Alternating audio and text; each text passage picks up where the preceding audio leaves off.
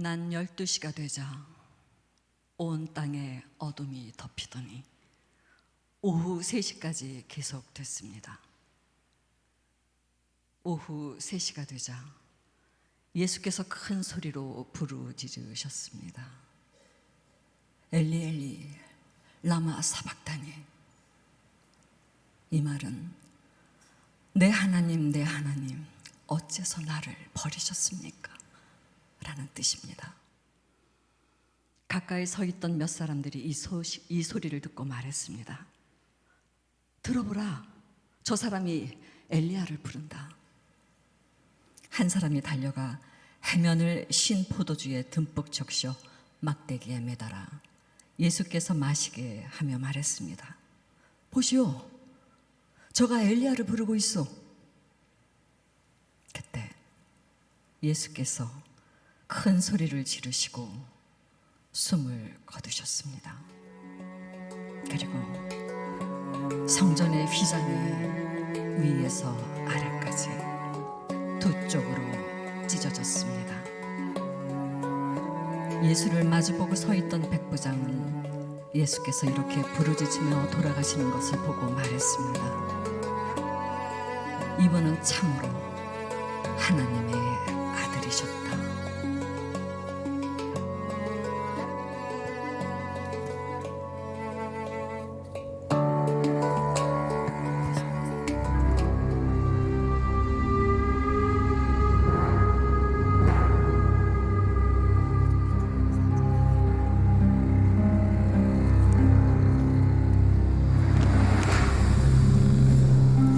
뭐하나? 유대인의 왕이라는 자신이 하나님의 아들이라. 하나님의 아들?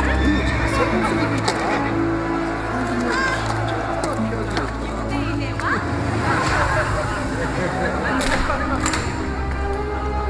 지휘관님이 오십니다.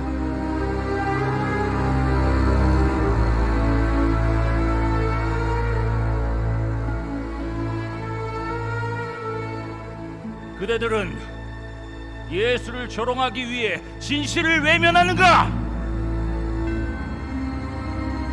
사람은 죽음 앞에서 진실해지지. 추한 자는 추한 그대로, 탐욕스러운 자는 탐욕을 드러내지.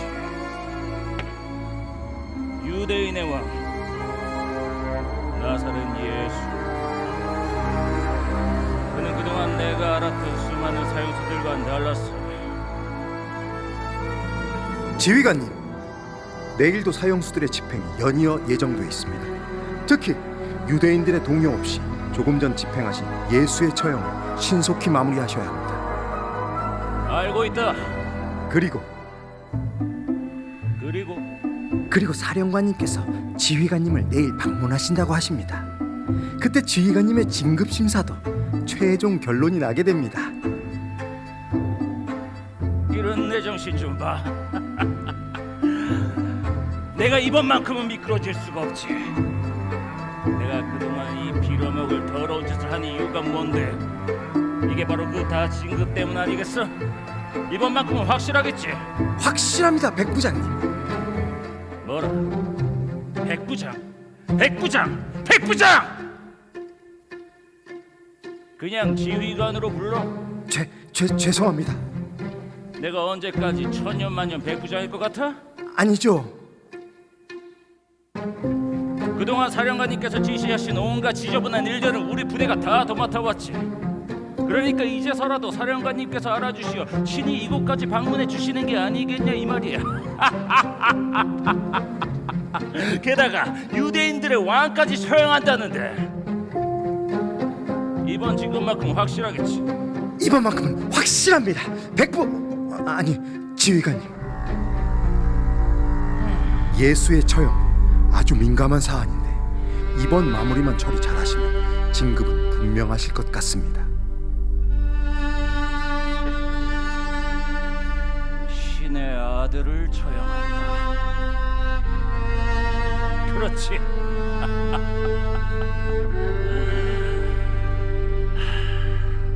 예수, 나사렛 예수. 그는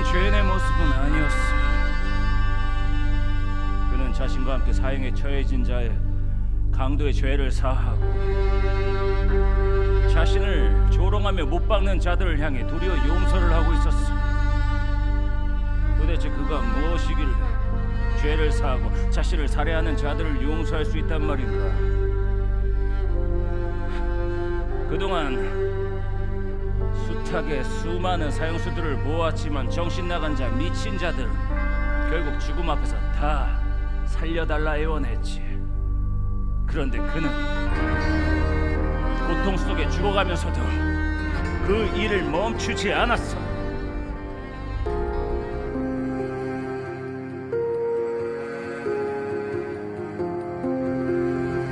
그리고 나를 봤어. 그가 나를 봤다고. 그 예수란 자가 나를 봤어.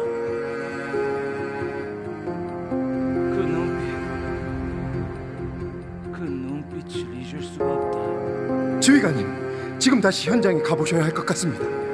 예수가 처형당한 그곳에 땅이 흔들리고 한낮인데도 어둠과 이상한 소리들로 가득합니다. 사람들이 동요할 것 같습니다.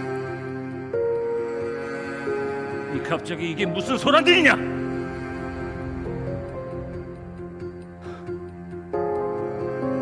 난 잠시 처형장에 다녀올 것이다.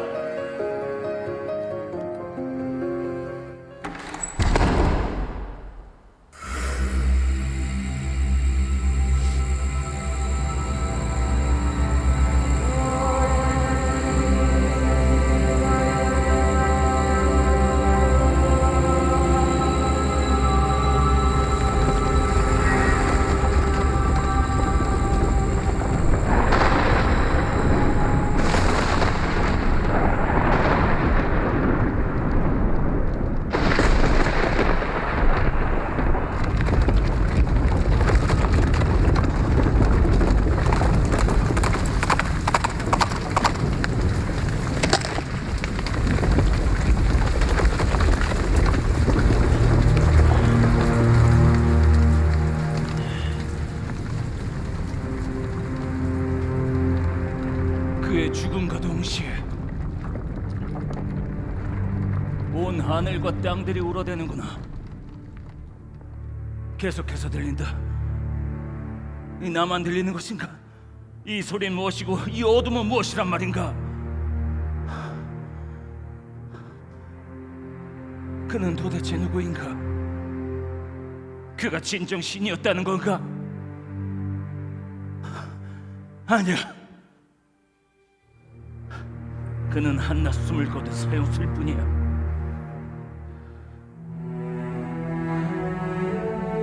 나의 아들아. 그는 분명히 고통스러워했다. 여느 인간들처럼. 나의 아들. 신도 피를 흘리며 고통을 느끼는가? 그가 신이라면 왜 죽은 것인가?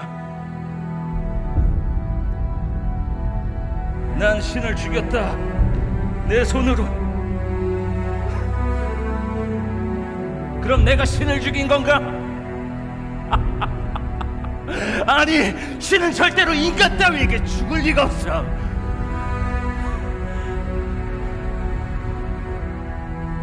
그의 피가 내 손 위로 흐르는구나.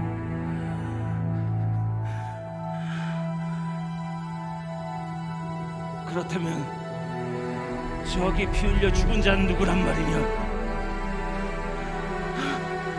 왠지 난 오늘 이 자리를 피하고만 싶었다.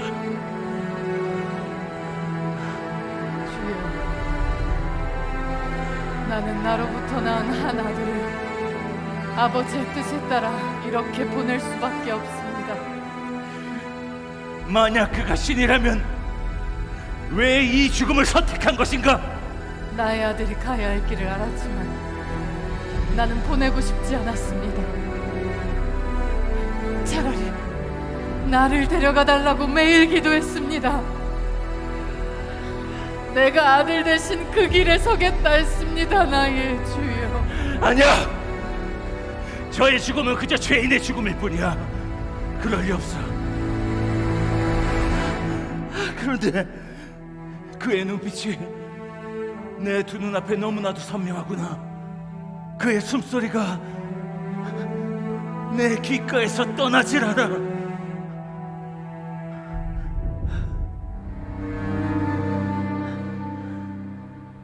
나의 아들은 죽었어.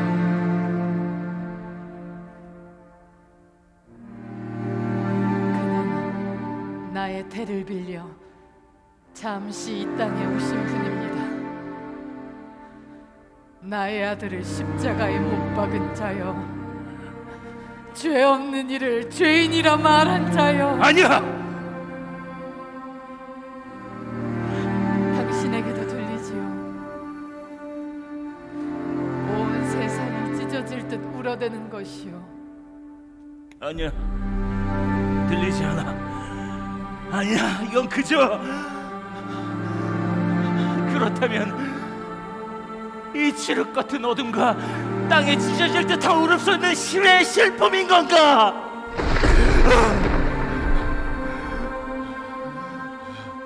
나의 아들의 죽음은 우릴 위한 죽음입니다.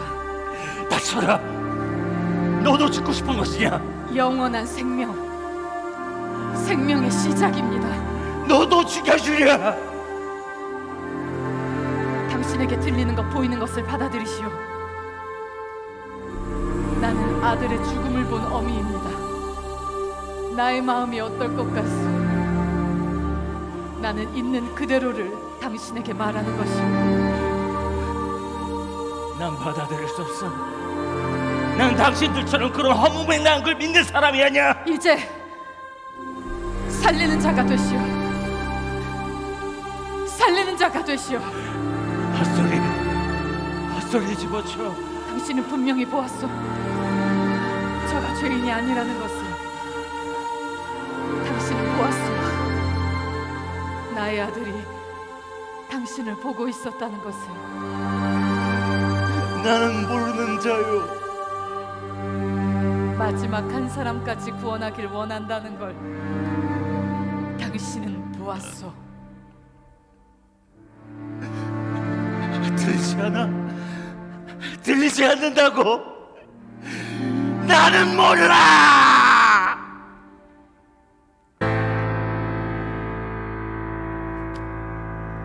모든 내어준 아들아, 모든 내어준 아들아, 모든 내어준 아들아, 모든 내어준 아들아, 얼룩진 나의 삶,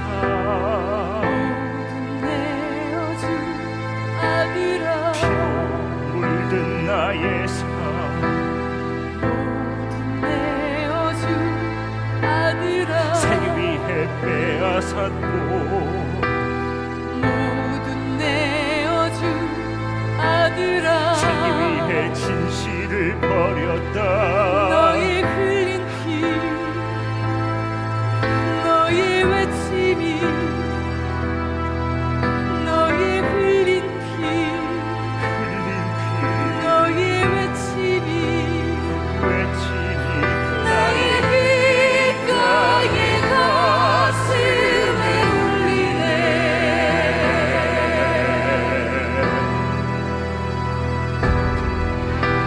하나님의 아들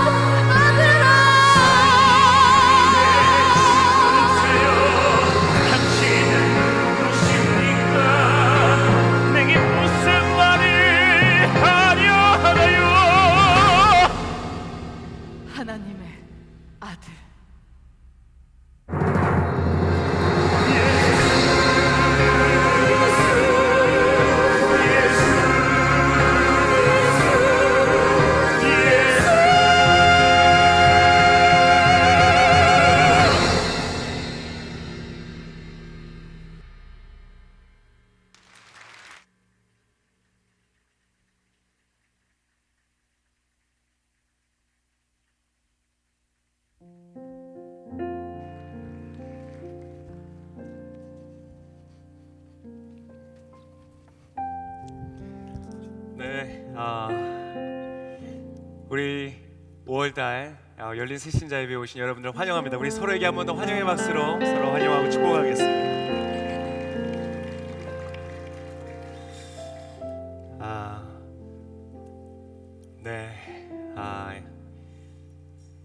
그 예수 그리스도의 오늘은 죽음을 우리 함께 또 그걸 통하여서 이렇게 보게 되었습니다.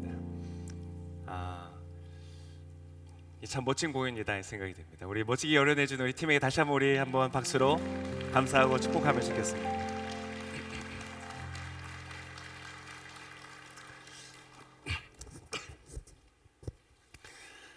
네, 저희가 이제 예수님이 어떤 분이신지, 그분이 어떠한 삶을 사셨는지 그것을 5월 한 달간 우리가 좀 살펴보고 있습니다. 그것은 상당한 의미가 있고 중요한 목적을 갖습니다. 참 재미있게도 죽음이라는 것은 이 삶과 생명과 분리되어 있는 것이 아닙니다. 오히려 이 죽음으로써 그 사람이 살아왔던 삶의 모든 내용들이 검증이 되는 경우들이 많습니다.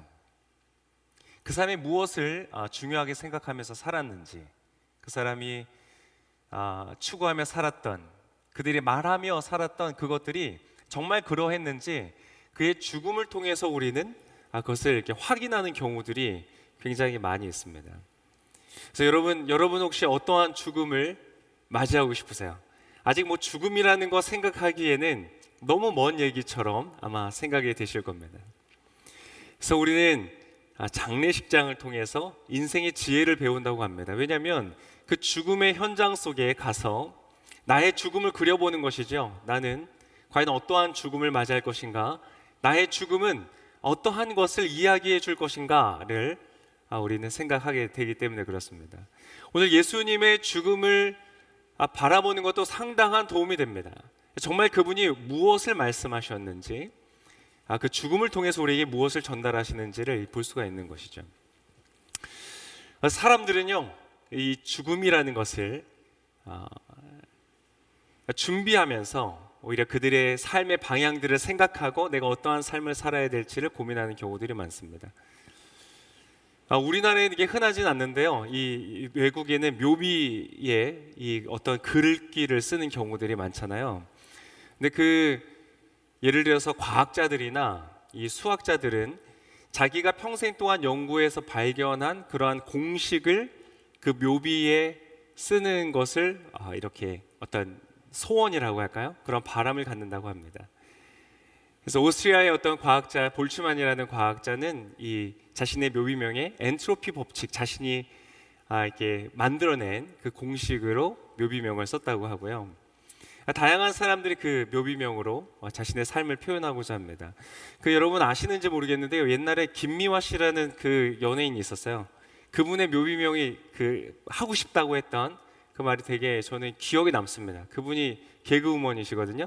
모르시는 분들도 있을 것 같아요. 묘비명을 뭐로 하기를 원하냐 했더니 웃기고 자빠졌네 라고 하겠다고 했더라고요. 저는 굉장히 멋진 거라고 생각했어요. 자신의 삶을 표현하는. 버나드 쇼라는 사람은 이러한 묘비명을 생각했습니다. 우물쭈물하다가 내 이럴 줄 알았지. 공감이 좀 가지 않으세요? 좀 오역이라고는 하는데 아무튼 그런 이제 묘비명들이 있습니다. 또 어떤 미국에는 재미있는 실제 묘비명이 그렇게 돼 있더라고요. 내가 아프다고 말했지라고 써 있다고 하더라고요. 죽음을 통해서 우리는 뭔가를 남기기를 원하고 기리기를 원하고 내가 살았던 삶을 말하기를 원합니다. 근데 오늘은 우리는 예수님의 죽음이 과연 우리에게 무엇을 말하는지를 좀 보고 싶은 거예요. 왜냐하면 그 죽음을 통해서 우리에게 말하는 바가 무엇인지를 우리가 살펴볼 때 정말 예수님이 말했던 것이 진짜냐를 우리가 볼 수 있기 때문에 그렇습니다. 이게 왜 중요하냐면 예수님은 스스로를 뭐라고 한 분이냐면 신이라고 말한 분이기 때문에 그렇습니다. 스스로 나는 신의 아들이다, 신이다 라고 주장을 한 존재이기 때문에 그것은 굉장히 중요한 선언입니다. 가짜라면, 거짓말이라거나 아니면 그냥 단순한 망상적인 발언이었다면 우리와 전혀 상관이 없겠죠. 약 2000년 전에 저 팔레스타인 지역에 살았던 한 유태인 청년의 목소리가 우리가 귀를 기울여야 할 이유가 뭐가 있겠습니까? 근데 그가 스스로 나는 신의 아들이다 라고 말했기 때문에 만약 그것이 진짜라면 이것은 굉장한 영향을 우리의 삶에 주게 되어 있습니다. 그래서 여러분 이곳에 오신 분들은 이제 실제로 예수님이 하나님의 아들이다 라고 믿는 분들이 많으실 거고요. 이제 그렇게 믿는 분이 자꾸 가자고 해서 억지로 끌려오신 분들은, 그리고 호기심과 관심을 가지고 오신 분들은 여러분이 아주 주의 깊게 보아야 합니다. 정말 예수님이 스스로 말한 바가 사실인지 아닌지를 보실 필요가 있어요. 왜냐하면 그분은 단순히 좋은 분으로 남을 수 있는 분이 아니기 때문에 그렇습니다. 그래서 세 개의 가능성 중에 하나일 뿐입니다. 그분은 거짓말쟁이, 사기꾼이었거나 종교적인 사기꾼, 자신의 명예를 위해서 거짓말을 했거나 아니면 망상증 환자였거나 아니면 진짜였거나. 근데 여러분 진짜면 문제가 되는 겁니다. 제가 이 아이들 사진 찍고요, 이 동영상 촬영하는 거를 굉장히 열심히 합니다. 특별히 어디 좋은 데 데리고 갔을 때 같이 재미있게 노는 순간 이런 걸 다 촬영을 해둡니다.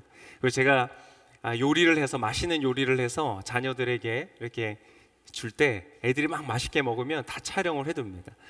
왜 촬영을 해두냐면요, 나중에 저희 자녀들이 커서 저에게 이렇게 물어볼 때를 위해서 저는 촬영합니다. 아빠가 날 위해서 해준 게 뭐가 있어요?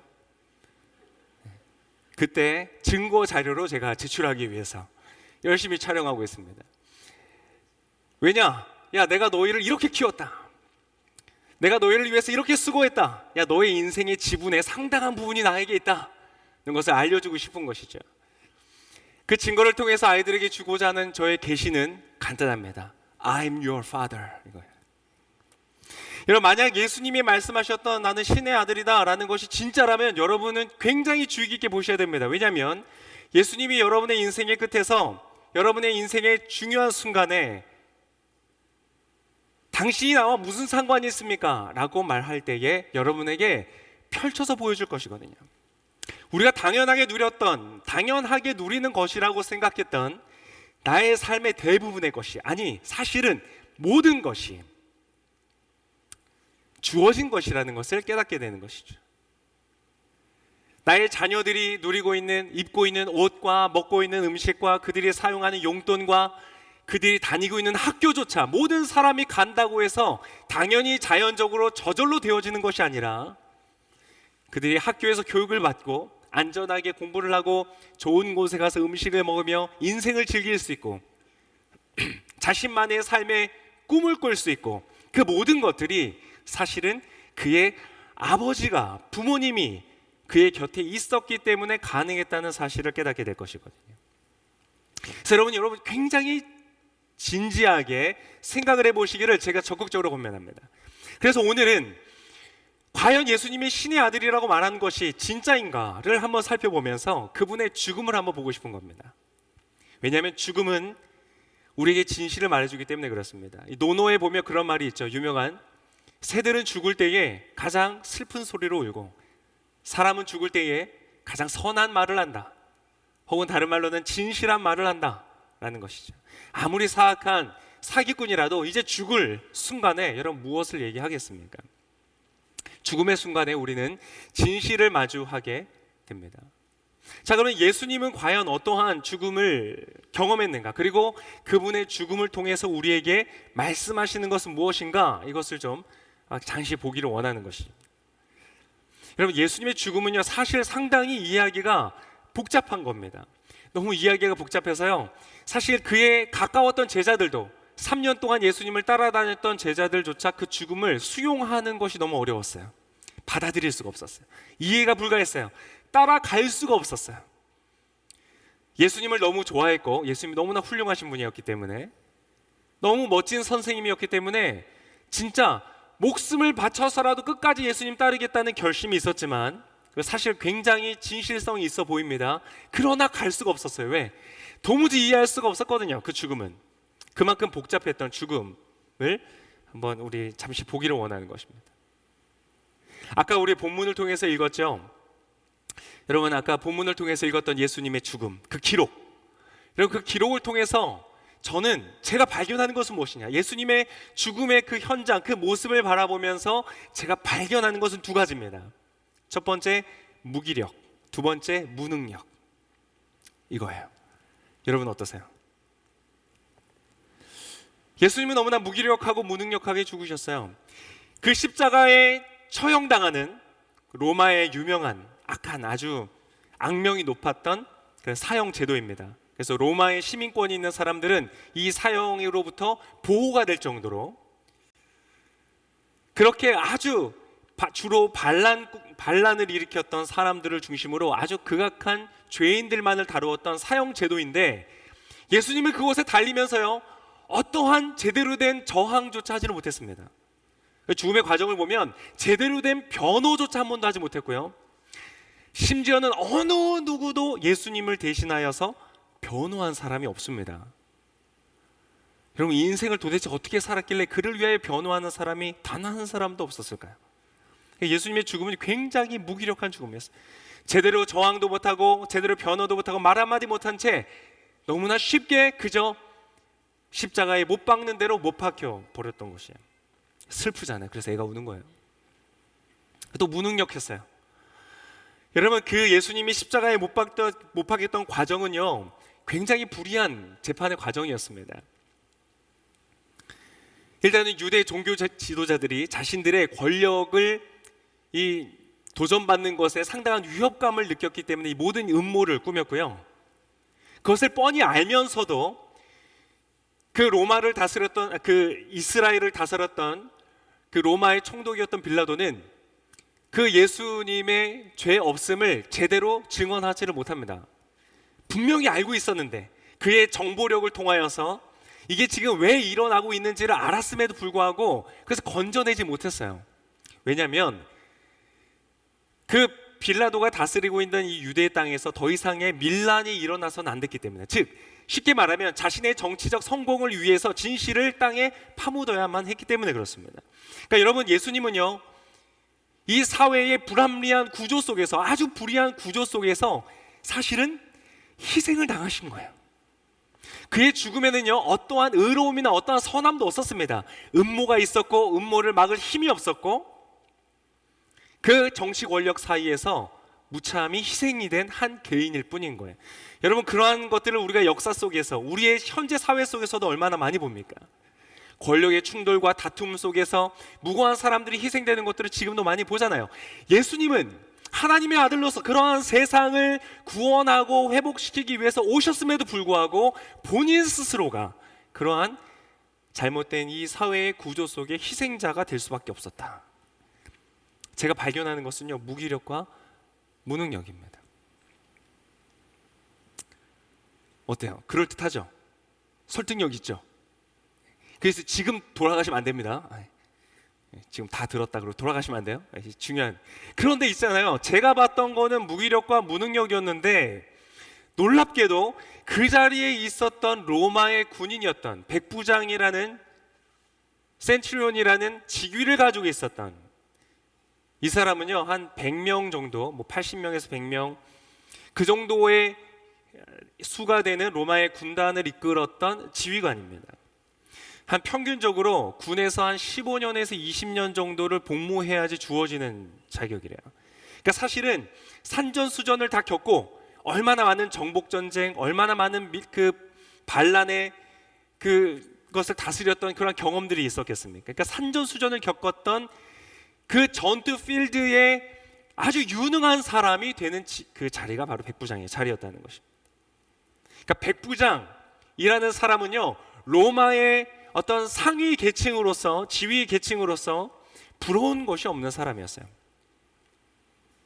근데 여러분, 그 백부장이 예수님의 십자가, 제가 봤을 때는 무기력과 무능력밖에 보이지 않는 그 십자가의 죽음을 보면서 무엇을 보았는가? 그가 진짜 신의 아들이라는 사실을 발견했다는 거예요. 그걸 고백했다는 거예요. 여러분, 이해가 되세요? 예수님이 어떤 엄청난 승리를 거두고 자기를 음해하는 유대의 그 종교 지도자들의 모든 음모를 낱낱이 드러내고 그들을 오히려 함정에 빠뜨려서 역전을 이루는 멋진 승전을 보면서 고백한 것이 아니라 빌라도의 무릎을 꿇리고 내가 로마보다 더 위대한 사람이라는 것을 증명해내면서 그 능력을 행하는 자리에서 당신은 하나님의 아들입니다 라고 고백한 것이 아니라 너무나 무기력하고 무능력하게 십자가에서 죽는 장면을 통해서 이 백부장이 당신은 정말 신의 아들이군요 라고 고백을 했다는 거예요. 정말 이상하지 않으세요? 전 너무 궁금한 거예요. 아니, 백부장이 도대체 예수님의 죽음을 통해서 본 것은 무엇이었을까? 내가 본 것은 무기력과 무능력인데 그가 예수님의 죽음 속에서 보았던 것은 무엇일까? 그것을 알려면 아마도 그가 보았던 다른 죽음들과의 차이점을 좀 보아야 할 것 같습니다. 백부장이라는 직업은 군인으로서 아까 말씀드린 것 같이 굉장히 많은 죽음을 목격하고 경험한 그것에 실제적인 참여를 했었던 사람입니다. 자신의 적이 죽는 것도 보고 자신의 동지들이 죽는 것도 보고 그는 죽음과 굉장히 가까웠던 사람입니다. 그리고 이 십자가 처형하는 그 현장을 주관하고 있는 것으로 보아서 여러분 얼마나 많은 사람들의 죽음을 보았겠습니까? 그 죽음과 어떤 것이 좀 달랐을까? 우리가 이 성경에서 지금 나오는 것은 아니지만 약간 예측을 해보는 게 추측을 해보는 것이죠. 그가 과연 죽음에서 보았던 것은 무엇이었을까?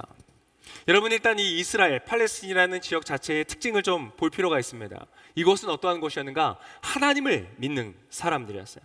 즉 로마의 황제보다 더 높은 신을 믿는다고 스스로 믿는 그러한 민족이었기 때문에 자신감, 자존심이 굉장히 센 민족이었습니다. 그래서 쉽게 계속 시키는 대로 하는 민족이 아니었어요. 아무리 황제가 시켜도요, 우리는 우리 하나님의 말을 따른다는 고집이 있었던 곳이에요. 그래서 반란이 상당히 많이 일어났습니다. 그러니까 빌라도가 또 밀란이 일어날 것을 두려워해서 예수님을 넘겨줄 수밖에 없었던 이유가 바로 그것이었어요. 이 사람들은요, 툭하면 반란을 일으키는 사람들이었어요.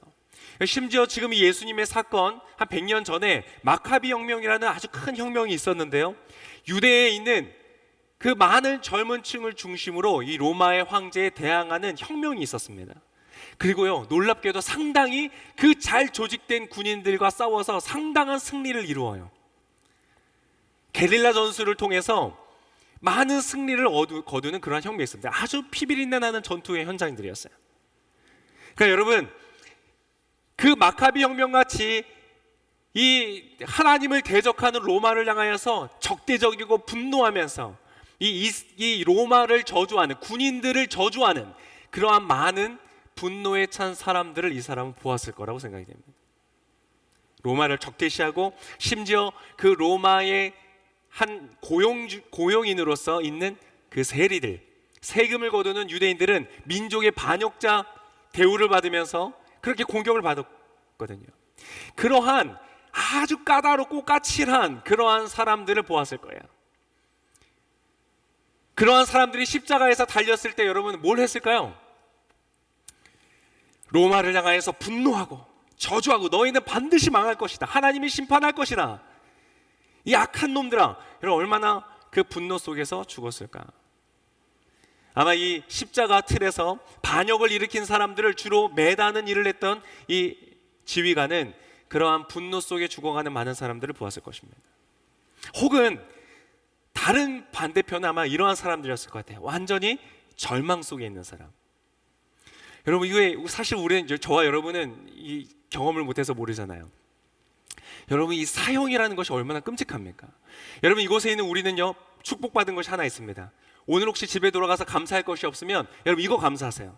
뭐냐면 우리는 언제 어디서 어떻게 죽을지를 모른다는 거예요. 할렐루야. 이거 축복이에요. 그죠? 여러분 우리는 모두 다 언제 어디서 어떻게 죽을지를 몰라요. 그런데 사형을 받는다는 것은요, 내가 언제 어디서 어떻게 죽을지를 명확하게 알고 살아가는 거예요. 그리고 그 시간을 향해서 너가 걸어가는 거예요. 여러분 얼마나 무서울까요? 전 너무 무서울 것 같아요.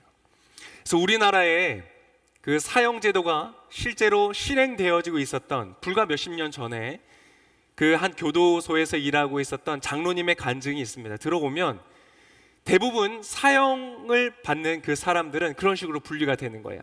세상을 저주하고 분노하고 욕을 하면서 죽어가는 사람들이고요. 또 한편으로는요, 그 두려움에 사로잡혀서 기절을 하고 걷지를 못하고 질질 끌려 나오는 사람들이 대부분이라는 거예요. 이미 정해져 있는 죽음의 방식 앞에 여러분 그 두려움 속에 끌려오는 사람들, 아마 그 로마 그 시대에 이 지휘관이 보았던 많은 죽음들도 그러지 않았을까. 자포자기하고 모든 것을 포기한 채 눈의 초점을 잃어버리고 두려움 속에 끌려와 죽임을 당하는 그러한 사람들의 모습을 보았을 것이에요. 근데 여러분, 그렇게 보았던 이 죽음의 모습, 이 사람이 보았던 그 죽음의 모습과 우리가 생각했던, 우리가 상상할 수 있는 그런 죽음의 모습과 예수님의 죽음의 모습은요, 너무 다른 거예요. 자, 오늘 본문에 보면 39절에 이렇게 기록되어 있는데 우리 다시 한번 같이 한번 읽어보면 좋을 것 같습니다. 39절의 말씀 읽겠습니다. 시작. 예수를 마주보고 서 있던 백부장은 예수께서 이렇게 부르짖으시며 돌아가시는 것을 보고 말했습니다. 이분은 참으로 하나님의 아들이셨다. 즉 예수님의 죽는 그 모습을 봤단 말이에요. 어떻게 죽었는가? 여러분, 성경은 우리에게 여러 복음서를 통하여서 다양한 관점과 다양한 이야기들을 우리에게 전해줍니다. 예수님의 죽음의 스토리를 우리는 입체적으로 볼 수 있는데요. 예를 들면 이런 겁니다. 누가복음 23장 34절에 보면 이렇게 기록되어 있어요. 누가복음 23장 34절에 이렇게 기록되어 있습니다. 예수께서 말씀하셨습니다. 아버지, 저들을 용서해 주소서. 저들은 자기들이 하고 있는 것을 알지 못합니다. 그리고 예수님은 지금 그 십자가 위에서 처절하게 죽어가는 그 고통 속에서 뭘 하고 있는가? 자신을 죽이는 이들을 용서하고 있다는 거예요. 와, 대단하죠. 여러분, 그 앞에 있는 사람들은요, 예수님을 향하여서 눈물을 흘리는 관중들이 아니었어요. 야, 네가 진짜 신의 아들이면 내려와 봐. 너 스스로 구원해 봐. 조롱하고 모욕하고 침을 뱉고 비웃는 사람들이었어요. 그러한 사람을 향하여서 하나님, 저들을 용서해 주십시오. 여러분, 예수님은 훌륭한 인간이었을까요? 완벽하게. 그분은 정말 훌륭한 인간이었어요. 정말 본받을 만한 인품과 성품을 가진 그러한 분이었어요. 그 다음 누가복음 23장 42절 43절에 보면요, 이렇게 되어 있어요. 그리고 말했습니다. 예수여, 당신의 나라에 들어가실 때 저를 기억해 주십시오. 이건 누구의 대사냐? 예수님 옆에 달려 있었던 강도의 대사예요. 죽으면 저를 기억해 주십시오. 그랬더니 예수님이 이렇게 말씀하세요. 그에게 대답하셨습니다. 내가 진실로 내게 말한다. 오늘 내가 나와 함께 낙원에 있을 것이다. 여러분, 저라면 이랬을 것 같아요. 제가 목사인데 이제 사형을 당하고 있어요. 제 옆에 성도님이 목사님 너무 힘들어요. 저를 위해서 기도해 주세요. 저는 이렇게 말할 거예요. 저도 힘들어요. 여러분, 그 고통은 정말 이루 말할 수 없을 거예요. 근데 예수님의 그 자신의 목마름과 고통과 두려움과 공포와 그 아픔 속에서 바로 타인의 고통을 돌아보고 계셨다는 거예요. 대단하지 않나요? 그것뿐만이 아닙니다. 타인의 필요를 또 어떻게 채우는가? 그의 어머니에 대한 이야기를 하는데요. 요한복음 19장 26절 27절에 이렇게 기록해요. 뭐라고 하냐면, 앞에 보니까 어머니가 있고 앞에 보니까 요한이 있거든요. 제자 요한은 그 앞에 와 있었어요. 예수님 뭐라고 하냐면, 어머니, 당신의 아들입니다. 그리고 너의 어머니다. 제자 보고 말해요. 즉 이제 자기는 죽고 떠나가니까 홀로 남은 어머니를 너가 돌아봐라. 여러분, 그것을 보면서 사람들이 뭐라고 생각할까요? 와, 효자네. 여러분, 정말 효자예요. 그 죽음 속에서도요, 그 아픔 속에서도 슬픔 중에 있는 자기 어머니의 슬픔을 돌아볼 수 있는 그러한 사람이었다는 거예요. 여러분, 정말 이분은 좋은 분이에요. 물론 뭐 갑자기 그 어머니를 맡게 된 제자의 입장을 우리가 들어보지 못했지만, 근데 여러분, 예수님은 정말 훌륭하신 분이었어요. 근데 여러분, 자, 여기서 예수님은 정말 착하고 좋고 훌륭한 분이구나 라고 우리가 마침표를 찍을 수 없어요. 그건 분명한 팩트입니다. 왜 그러냐면, 여러분, 많은 사람들은 예수님을 자신의 종교와 상관없이 존경하고 훌륭한 인간이라고 인정하는 것은 바로 여기까지 동의하기 때문에 그래요. 그의 죽음을 바라보면서. 그렇지만 여러분, 여기에서 마침표를 찍을 수가 없습니다. 왜냐하면 그분은요, 이 모든 일을 행하면서 자신이 신인 것을 포기하지 않으시기 때문에 그래요. 자, 아까 용서할 때 어떻게 용서했죠? 하나님, 아버지를 불러요. 하나님을 여전히 아버지라고 부른다는 거예요. 아버지. 여러분, 그 고통 속에서 망상증이 있는 환자도요, 그 정도 고통이면 그냥 깨어날 것 같아요, 정신이. 여러분, 사기꾼이면 여러분 그거 하시겠어요? 사기꾼이? 아버지, 저들을 용서해, 이거 하시겠어요? 불가능한 일이에요. 도무지 이해할 수 없는, 진실이라고밖에 볼 수 없는 그의 대사예요. 아버지. 그 고통 속에서 자신을 외면하고 있는 하나님조차 아버지라고 부르면서 그들을 용서하는 거예요. 자신이 신의 아들인 것을, 그것 때문에 지금 죽고 있는데, 그것 때문에 죽고 있음에도 불구하고 그것을 포기하지 않으시는 거예요. 그리고 여러분, 용서의 수준이 다릅니다. 저들을 용서해 주십시오, 불쌍합니다, 이 정도의 수준이 아니라 여러분, 저들은 무엇을 하고 있는지 모릅니다. 저들은 자신이 무엇을 하고 있는지 모릅니다 라고 말하고 있는 저들이 누군지 아세요? 유대의 최고의 엘리트들이에요. 종교적 지도자들의 대제사장, 제사장, 바리새인, 그리고 로마의 지위계층에 있는 사람들이에요. 로마의 엘리트들이에요. 최고로 똑똑한 사람들을 앞에 두고 그 고통 속에 비참하게 벗겨진 채 죽어가면서도 하나님, 저들이 무엇을 하는지 알지 못합니다. 그들의 무지조차 꿰뚫어 보는, 여러분, 그게 무지가 아닙니까? 무지죠. 정말 예수님은 죄가 없잖아요. 죄가 없이 지금 죽고 있잖아요. 누구를 음해하지도, 누구를 살해하지도, 도둑질을 하지도, 심지어는 거짓말조차 하는 분인데 죽어가고 있잖아요. 그러나 엘리트들은 그 모든 정치적 상황 속에 이해하면서도 여러분, 예수님이 왜 죽어가고 있는지 모르거든요. 그들의 무지까지도 꿰뚫어 볼 수 있는 예수님의 이 태도를 보면서 어떻게 그분을 향하여서 가짜라고 말할 수 있을까요? 여러분, 그분은 훌륭한 인간일 수는 없는 거예요. 그리고 여러분, 그분이 제수에게 아까 말할 때 뭐라고 하셨어요? 오늘 네가 나와 함께 낙원에 있을 것이다. 왜요? 어떻게 보장해요? 지금 죄인인데, 형벌을 받아서 죽어가고 있는 사람인데 무슨 근거로 본인 스스로가 죄를 사하고 누군가를 낙원에 들일 수 있는 권리와 권세가 있다는 것을 그 십자가 위에서 포기하고 있지 않는 거예요. 놀랍지 않으세요? 어떻게 이러한 기록이 가능할까? 저는 이렇게 생각해요. 여러분, 이 정도가 되면요, 여러분 둘 중에 하나는 결정하셔야 돼요. 정말 인정하거나, 아니면 뭐 이런 거 있잖아요. 우리가 보통 친구들끼리 농담할 때 막 좀 어리석은 말하면, 아 그래 괜찮아, 그래도 얘는 착해, 이렇게 얘기하잖아요. 아 좀 모자라도 얘는 착해. 우리가 예수님 보면서 그 정도는 얘기할 수 있어요. 아 그래도 좀 착하셔, 그래 좀 헛소리 좀 하셨지만 좀 착한 분이야. 근데 여러분, 적어도 그분이 나의 인생을 맡기면서 따라갈 만한 좋은 스승이고 모범이 되고 표본이 되는 훌륭한 우리 인간의 어떠한 존경을 받을 대상이 될 수가 없는 거예요. 그러한 지금 스탠스를 가지고 예수님을 대하고 있는 분이 있다면 여러분, 지금 굉장한 실수와 잘못을 저지르는 거예요. 그리고 바로 그 자리에 여러분, 우리의 소망이 있다는 거예요. 바로 그 자리에 우리에게 큰 도전이기도 하지만 여러분, 사실 그곳에 진짜 중요한 진리가 있다는 거예요. 여러분, 그래서 그것을 좀 찾아가 보기를 원합니다. 여러분, 이 군인은요, 백부장은 예수님의 죽음을 통해서 무엇을 보았는가? 바로 이 신성을 보았다는 거예요. 인간으로서는 할 수 없는, 절대로 어떠한 인간도 1000명이 죽고 10,000명이 죽는 것을 목격하였어도 단 한 명의 인간도 할 수 없는, 인간으로서는 할 수 없는 인간만일까?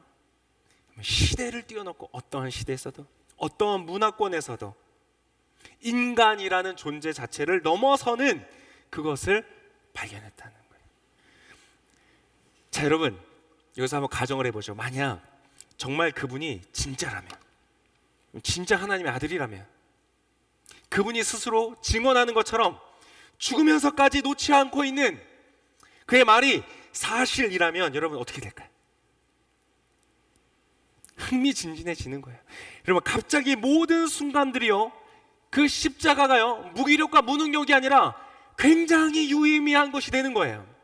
그분이 십자가 위에서 말했던 7가지의 말 중에 하나는 목마르다였어요. 내가 목마르다. 그러나 그 소리를 듣고 누가 포도주를 먹이려고 하자 그것을 마시지 않았어요. 그가 목마르다라고 했던 것은 어떠한 의미를 갖게 되는가? 한 명의 평범한 사람이 죽는 것이 아니라 신의 아들이 목마르다라고 했던 그 고백은요, 바로 모든 인류의 그 목마름을 대표하는 것이 되는 거예요. 여러분, 목마르지 않으세요? 어떤 사람은 사랑이 목말라요. 나의 연약함, 나의 부족함 끝까지 포기하지 않고 나를 좀 사랑해주는 그런 사람을 만나면 좋겠다. 사랑에 목마른 사람들이 있어요. 어떤 사람은 정의에 목말라요.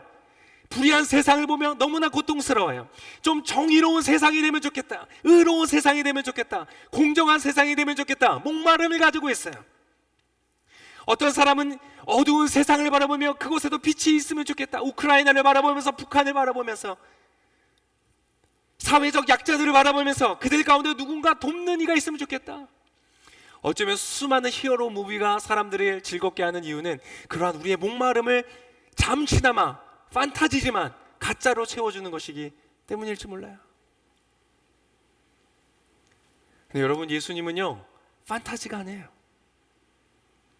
어떤 배우들은 극 속에서 히어로의 모습으로 정말 예수님과 같이 죽음을 그려낼 수 있을지는 몰라요. 그러나 어떠한 배우도 실제 그러한 삶을 살 수는 없는 것이죠. 여러분, 예수님은 지금 극을 하고 있는 게 아니에요. 쇼를 하고 있는 것이 아니에요. 그의 삶이었어요. 그렇다면 여러분, 어떤 의미가 되는지 아십니까? 그 목마름이, 여러분이 가지고 있는, 누군가 가지고 있는 그 목마름은 채워질 수 있다는 거예요. 여러분, 이것이야말로 기쁜 소식 아닌가요? 우리의 목마름은 채워질 수 있다. 무엇을 통하여? 바로 이 예수 그리스도의 십자가를 통하여서. 여러분, 그리고 예수님이 마지막에 이렇게 말씀하셨어요. 기가 막힌 말씀을 하고 죽으셨어요. 마지막에 뭐라고 하셨냐면 다 이루었다. 여러분, 전 얼마나 감사한지 몰라요. 예수님이 다 이루었나 모르겠다 그러고 죽으셨다고 생각해 보세요. 얼마나 당황스러워요. 이거 어떻게 된 거야? 그럼 우리가 뭐 해결된 거야, 뭔가요? 근데 예수님은요, 너무나 명확한 선언을 하셨어요. 다 이루셨대요. 그가 온 이유, 그가 이루고자 했던 목적, 그의 삶을 통하여 성취하고자 했던 모든 것들이 다 이루었다. 야, 여러분, 이 고백 자체도 여러분 할 수 있는 사람이 몇 명이나 있을까? 인생 속에. 여러분, 이 모든 것들이요, 갑자기 의미를 갖는 거예요. 바로 여러분의 삶 속에서 의미를 갖게 되어진다는 것이에요. 왜냐하면 여러분, 예수님이 이렇게 말씀하셨어요. 요한복음 12장 32절과 33절에 예수님이, 하나님의 아들이, 신의 아들이 이 땅에 육체를 입고 인간의 모습으로 오셨던 이유에 대해서 요한복음 12장 32절과 33절에 이렇게 기록하고 있어요. 같이 한번 읽어볼까요? 시작. 그러나 내가 이 땅에서 들려 올라갈 때 나는 모든 사람들을 내게로 이끌 것이다. 예수께서 이렇게 말씀하신 것은 자신이 어떤 죽음을 당할 것인지 암시하려고 하신 말씀입니다. 자, 무슨 말이냐? 내가 사실 이 번역이 조금 아쉬워요. 이 번역이 좀 정확하지 않아요. 이 땅에서 들려 올라갈 때가 아니라, 원어를 정확하게 보고 다른 번역본을 보면 내가 이 땅에서 들릴 때, 이 땅에서 공중으로 들릴 때, 즉 지금 무엇을 말하냐면 십자가에 달리는 걸 말하는 거예요. 그걸 33절에 설명해 주잖아요. 어떤 죽음을 당할 것인지를 암시하는 것이다. 어떤 죽음? 들리는 죽음. 그런데 예수님이 이미 죽기 전에, 음모가 시작되기 전에, 빌라도가 십자가 처형을 선언하기 전에 뭐라고 하셨는가? 자신이 어떠한 죽음으로 죽을지를 알고 계셨다는 거예요. 그리고 그렇게 죽는 목적을 미리 말씀하셨다는 거예요. 뭐라고요? 내가 들릴 때에, 십자가에 들릴 때에 나는 모든 사람들을 내게로 이끌 것이다. 여러분, 지금 여러분이 이 자리에 있는 이유가 바로 그것이에요. 모든 사람을 내게로 이끌 것이기 때문에 저 위에 십자가가 그려져 있는 이유, 교회마다 십자가가 있는 이유, 초대하는 이유는 바로 예수님이 이것을 통하여 모든 사람을 이끌겠다고 말씀하신 그 일이 이루어지고 있는 거예요. 여러분, 예수님은 죽음을 통하여 당신의 삶을 말하고 있을 뿐만 아니라 죽음을 통하여 지금 일하고 있는 거예요. 오늘 로마의 백부장은 어떠한 일이 일어났어요? 그는 부러울 것이 없는 로마의 지휘관이었지만 그 십자가를 바라보면서 그가 신의 아들인 것을 인정하며 주님께로 나아오고 있는 거예요. 여러분, 어떠한 인간이 죽음을 통하여 이 일을 이룰 수가 있겠습니까? 여러분, 예수님은요, 하나님이십니다. 그가 이 BC 0년, 우리가 정한 거지만 그 시점으로 오기로 선택한 것일 뿐, 그가 온 것은 그 전과 후에 있는 모든 인류를 위하여서 오셨다는 것이에요. 팔레스타인 지역만을 위한 것이 아니라 유대인을 위한, 민족적인 종교가 아니라 열방과 이방의 모든 백성들을 위하여 이 땅에 오신 이 땅의 창조주가 맞다는 것이에요. 그분은 여러분의 삶과 상관없는, 혹은 좀 흥미를 갖고 관심을 갖고 호기심을 갖고 가까이 해도 되고 안 해도 되는 옵셔널한 선택적인 존재가 아니라는 것을 말하는 것입니다.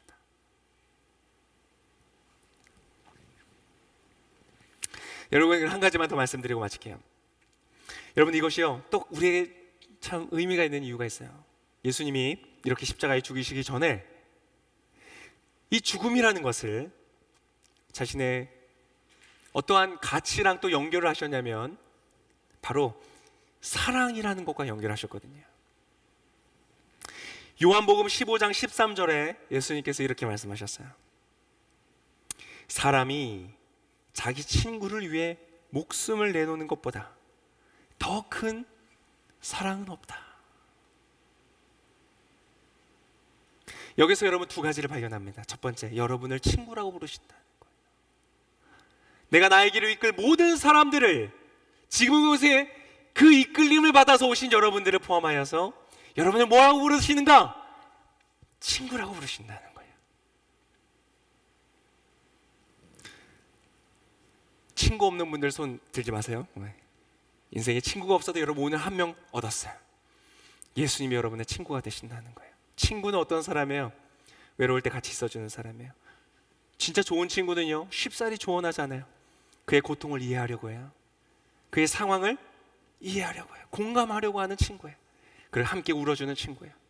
때때로 내가 어디로 가야 할지 알지 못할 때 나에게 삼자의 관점으로 지혜로운 조언도 던져줄 수 있는 그런 사람이 친구예요. 여러분, 예수님이 여러분의 친구가 되신다는 거예요. 그 두 번째, 그분이 이 모든 일을 행하셨던, 십자가에서 죽었던, 죽음으로써 모든 사람을 이끌며 이 백부장에게 나타나시고 죽어가는 옆에 있는 강도에게 오늘 너가 나와 함께 낙원에 있으리라 말하는 이유, 어머니를 향하여서 당신의 아들입니다, 돌볼 사람을 연결하는 이유, 저들이 무엇을 하는지 알지 못합니다, 그들을 용서하는 모든 그의 행위의 동기와 그 행위의 이유가 무엇인가? 그것은 바로 사랑이라는 것이에요.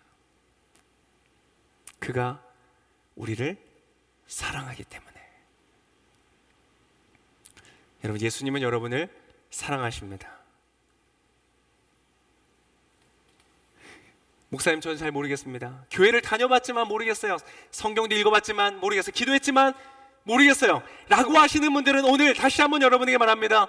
여러분, 십자가를 바라보세요. 그분이 십자가 위에서 무엇을 말씀하셨는지, 어떻게 죽음을 맞이하셨는지, 그 십자가에서 지금 그것을 통하여, 그 죽음을 통하여서 나에게 말씀하시는 그 말씀이 무엇인지를 한번 들어보세요.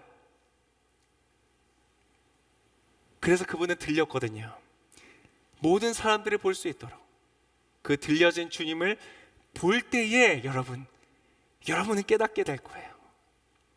그분께로 이끌려질 거예요. 그분이 여러분의 친구 되심과 여러분을 사랑하신다는 것을 깨닫게 되실 줄을 믿습니다. 여러분, 그분을 경험하고 싶지 않으세요? 그분을 만나고 싶지 않으세요? 로마 군인이 마주쳤던 그 눈빛을 인하여 그의 모든 지위를 잊고서 그곳에서 누군가에게 들릴 정도로 그의 신의 아들 되었음을 고백할 수밖에 없었던 그러한 일들이 여러분의 인생 가운데 있기를 원치 않으세요? 저는 여러분의 꼭 그러한 일들이 있으시기를 바랍니다. 누구보다 예수님께서 그것을 바라실 것입니다. 이 시간 우리 같이 한번 기도하고 마무리를 하면 좋겠습니다. 예수님의 죽음의 현장은 너무나 뜻밖에도 로마의 군인에게 있어 생명의 현장이 되었습니다. 그것은 오늘 지금 이곳과 동일하게 이루어지는 것입니다. 지금 여러분이 바라보는 예수 그리스도의 죽음의 현장은 바로 여러분 자신의 나의 생명의 현장이 되는 것입니다. 너무나 절망적으로 보이는 그 곳에서 전혀 뜻밖의 소망을 발견하는 것입니다. 여러분, 예수님은 여러분을 사랑하십니다. 그리고 오늘 여러분에게 이렇게 말씀하기를 원하십니다. 네가 나와 함께 낙원에 있을 것이다. 그 소망을 전해주기를 원하시는 것입니다. 그것을 기대하시는 분들, 받아들이기를 원하시는 분들, 그 예수님께 그저 선하고 좋은 분이네요 라는 수준이 아니라 모든 인간 중에 훌륭한, 박수 받을 만한 훌륭한 인품이시네요 의 수준이 아니라 당신은 하나님이십니다. 나의 경배와 찬양을 받기에 합당하십니다 라고 고백하기를 원하는 분들은 잠시 자리에 일어나서 우리 함께 기도하기를 원합니다. 이 시간 기도할 때 하나님, 주님은 정말 하나님이십니다.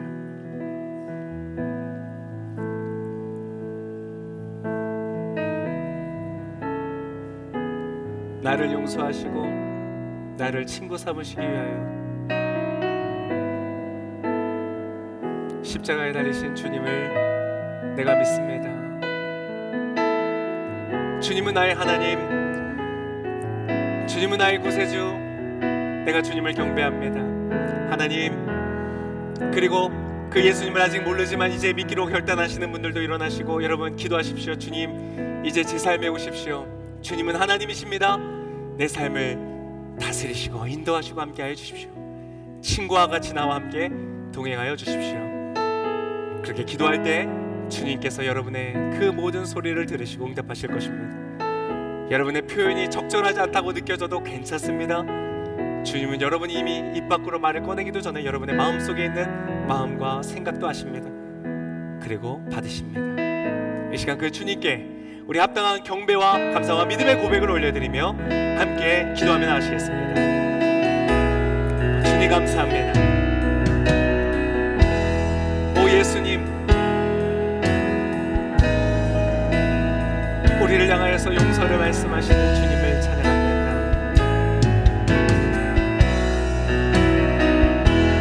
오 주님 감사합니다.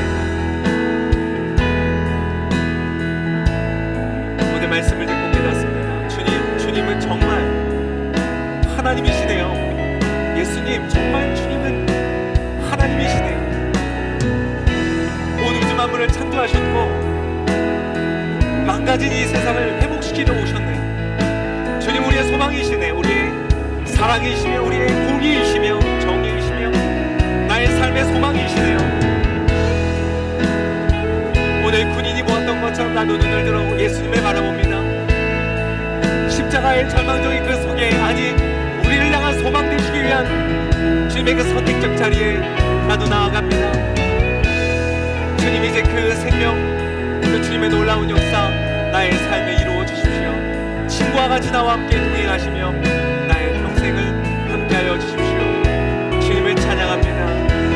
오 주님, 주님의 이름을 높여드립니다. 할렐루야.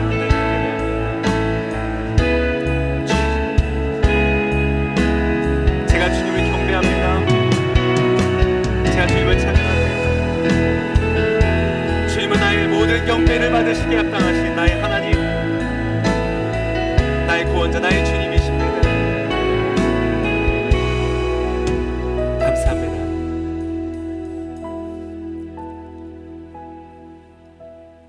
오늘도 그 십자가는 이곳에 서서 우리에게 선명하게 말씀하십니다. 사랑하는 아들아, 사랑하는 딸아, 내가 망가진 세상을 고치기 위하여 이 땅에 왔다. 모든 절망과 어둠과 불합리와 부정과 이 세상의 악과 어둠을 해결하기 위해 내가 이 땅에 왔다. 그리고 들으라, 다 이루었다. 그리고 이제 내가 그 일을 너의 삶에 이루기를 원한다. 나를 바라보고 나의 십자가를 바라보라. 내가 너희를 나에게로 이끌 것이다. 그리고 내가 이루고자 하는 그 놀랍고 아름다운 나의 사역에, 그 멋진 일들과 계획에, 하나님이 일하실 그 영원한 목적에 너희도 함께 동참하게 될 것이다. 사랑하는 나의 친구야, 내가 너를 사랑한다. 내가 너를 축복한다. 주님 감사합니다. 오늘 귀한 말씀으로 우리를 축복하여 주심을 감사합니다. 주님을 바라봅니다. 우리의 삶을 통하여 주님 주의 뜻 마음껏 이루어 주시고 홀로 영광 받아 주시고, 나의 삶 또한 나의 눈을 감고 영원한 세계 가운데 들어갈 때에 다 이루었다, 주님과 같이 말할 수 있는 멋진 삶이 되도록 축복하시고 인도하시고 동행하여 주시옵소서. 그렇게 행하실 주님께 감사와 찬송을 드리며 이 모든 말씀 귀하신 예수님의 이름으로 감사하며 기도합니다. 아멘. 우리 하나님께 감사와 영광의 박수 올려드립시다. 아멘. 우리 주님을 찬양합니다. 예수님을 높여드립니다. 오늘 예배 가운데 이렇게 함께 할 수 있어서 참 좋습니다. 오늘 메시지를 통해서 하나님의 주시는 음성이 있었는지 궁금합니다. 예배를 통해서 은혜가 있으셨다면 이 영상을 또 아는 지인들에게 추천해 주시고 보내어 주시고 권면해 주시면 좋을 것 같습니다. 하나님께서 또 그 사람들에게 맞는 음성으로 말씀하시고 역사하실 거라고 기대가 됩니다. 네, 여러분 한 주간 동안 정말 주의 은혜 안에서 승리하시고 강건하시기를 축복합니다. 감사합니다.